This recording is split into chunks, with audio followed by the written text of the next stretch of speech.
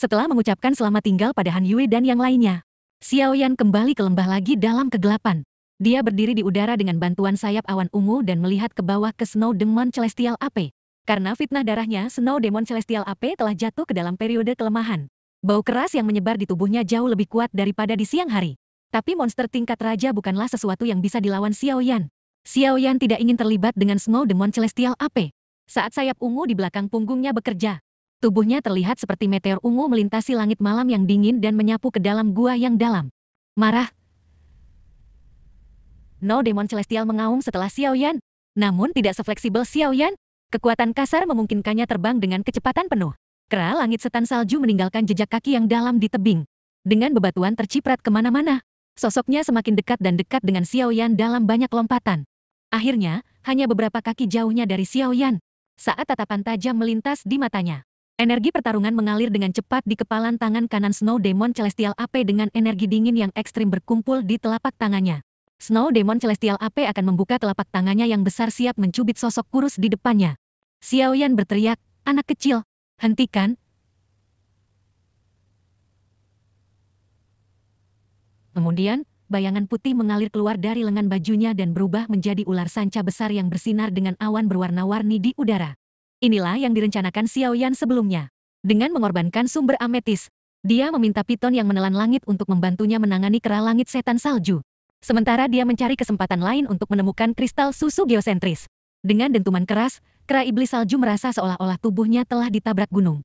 Kekuatan tumbukan yang sangat besar mematahkan tulang rusuk dadanya. Mulutnya berceceran darah. Tubuhnya seperti cangkang, terlempar ke tanah. Semua ini terjadi dalam sekejap. Piton yang menelan langit begitu cepat, membuat Snow Demon Celestial AP tidak punya kesempatan untuk bereaksi. Di dalam debu, Snow Demon Celestial AP berhasil bangkit kembali dan melihat ke arah piton yang menelan langit. Mata merahnya penuh dengan permusuhan.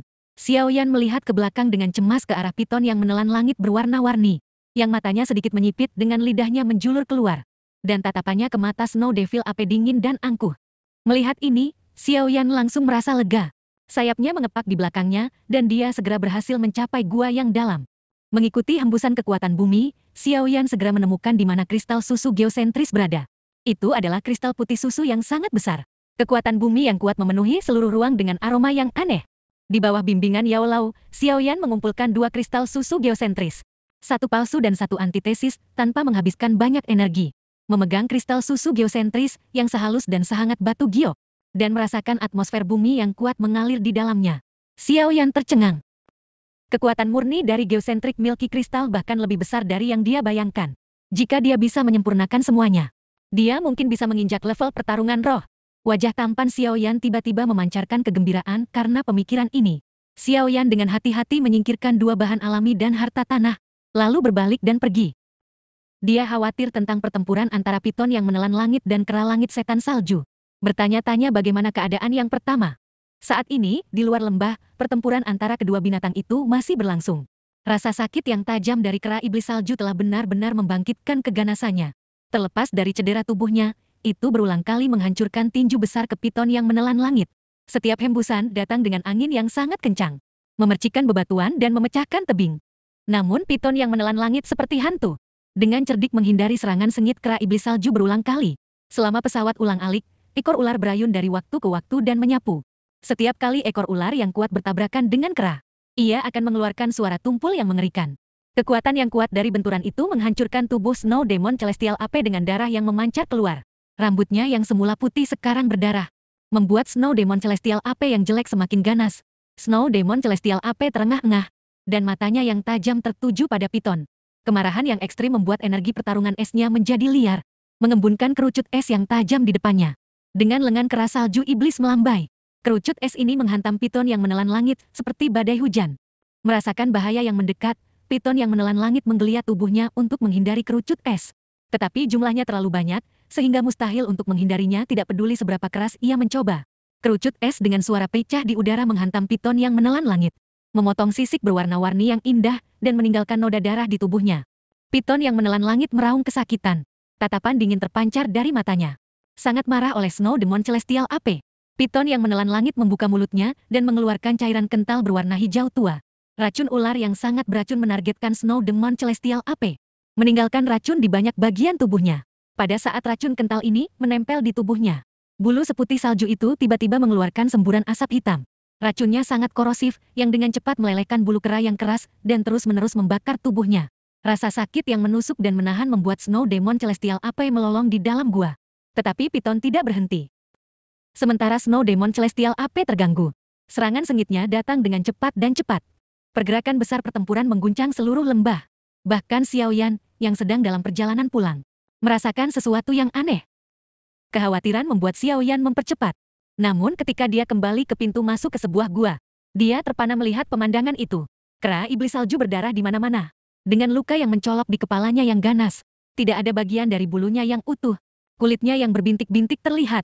Dan udara di sekitarnya penuh dengan bau yang menyengat dan menyengat.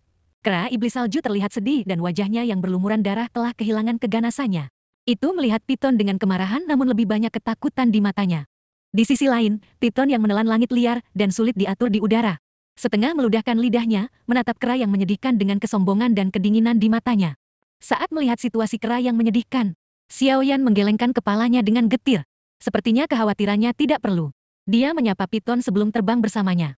Melihat kepergian Xiaoyan dan Piton yang menelan langit, kera langit setan salju memamerkan giginya dan meraung ke arah kepergian Xiaoyan dengan matanya yang tak bernyawa menyala. Suara melengking berisi kemarahan dan keengganan yang ekstrim, yang mengejutkan seluruh pegunungan burung dan hewan. Angin kencang tiba-tiba muncul, membuat kulit kepala Xiaoyan mati rasa saat dia melarikan diri. Setelah terbang jauh, Xiaoyan Cai menghela napas lega. Ketika mereka mendarat dengan selamat di puncak gunung, Xiaoyan menatap Piton yang menelan langit dengan tatapan ceria. Kali ini, tanpa bantuan si kecil ini, dia tidak akan bisa mendapatkan kristal susu geosentris.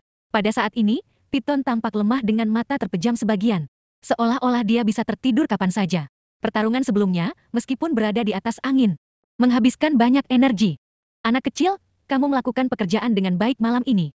Kali ini, aku akan membiarkanmu makan sampai kenyang. Xiaoyan merasa kasihan pada Piton. Dia mengatakan itu sambil mengambil sumber ametis di tangannya.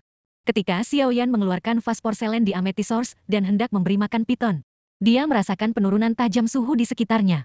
Dan rasa dingin yang ekstrem menyelimuti dunia, mengirimkan rasa dingin ke punggungnya dan membuatnya gelisah. Xiaoyan mengangkat kepalanya dan melihat ke depan sedikit.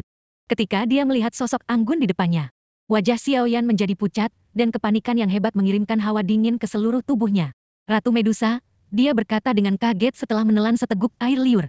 Piton yang menelan langit tidak dapat menekan jiwa Medusa karena pertarungan besar sebelumnya yang menghabiskan banyak energi, yang memungkinkan Medusa mendominasi tubuh. Apakah kamu benar-benar menjadikanku sebagai hewan peliharaan? Suara lembut Medusa terdengar, diwarnai amarah. Medusa mengenakan gaun merah cerah. Tubuhnya yang halus dan cembung terbungkus sutra cantik, yang menguraikan lekukan sempurna yang dapat menarik banyak pria. Wajahnya yang cantik tanpa cacat seperti batu giok, dan sinar bulan yang keperakan membuat iblis itu lebih menawan. Bahkan Xiaoyan saat ini terpana oleh kecantikan Medusa. Tampaknya iblis yang cantik ini dapat mengalahkan orang dengan setiap aksinya. Namun setelah absen sebentar, Xiaoyan dengan cepat menekan pikiran jahat di dalam hatinya. Dia tahu bahwa Medusa kejam dan sangat mudah baginya untuk membunuhnya. Xiaoyan secara naluriah ingin mundur dari wanita mengerikan di depannya, hanya untuk menemukan bahwa ruang itu diblokir sehingga dia tidak bisa menonjol 1 inci pun. Sudahkah kamu mengumpulkan semua ramuan untuk memurnikan pil melting soul? Medusa bertanya acuh tak acuh mengabaikan perjuangan Xiaoyan. Mata Xiaoyan berkedut mendengar kata-katanya. Hatinya meluap dengan kepahitan. Dia telah berfokus pada kultivasi yang dia lupakan tentang itu. Penampilan pucat Xiaoyan telah memberitahu Medusa jawabannya. Dia mengangkat alisnya yang halus, menoleh ke Xiaoyan dengan kemarahan dan kedinginan di matanya yang membuatnya bergidik ketakutan. Jadi apa gunanya menahanmu? Medusa berkata dengan acuh tak acuh. Dan suaranya yang dingin sepertinya mengeraskan udara di sekitarnya. Saat dia berbicara, energi bertarungnya melayang di tangan kanannya dan membentuk pedang tajam dengan sinar merah terang. Kemudian, Medusa berjalan perlahan menuju Xiaoyan, dan pedang panjangnya mengarah ke jantung Xiaoyan. Merasakan aura dingin dan pembunuh, Xiaoyan merasakan hawa dingin mengalir di sekujur tubuhnya, seolah-olah dia berada di gudang es. Adrenalin yang melonjak mengatakan kepadanya bahwa dia dalam bahaya dan mendorongnya untuk membela diri. Tapi dia tidak bisa menghancurkan sangkar luar angkasa Medusa dengan cara apapun. Tepat ketika pedang panjang tajam Medusa hendak menembus tubuh Xiaoyan, sebuah suara tua terdengar, mampu memperkuat ruang sebagai pendatang baru di Sekte Do.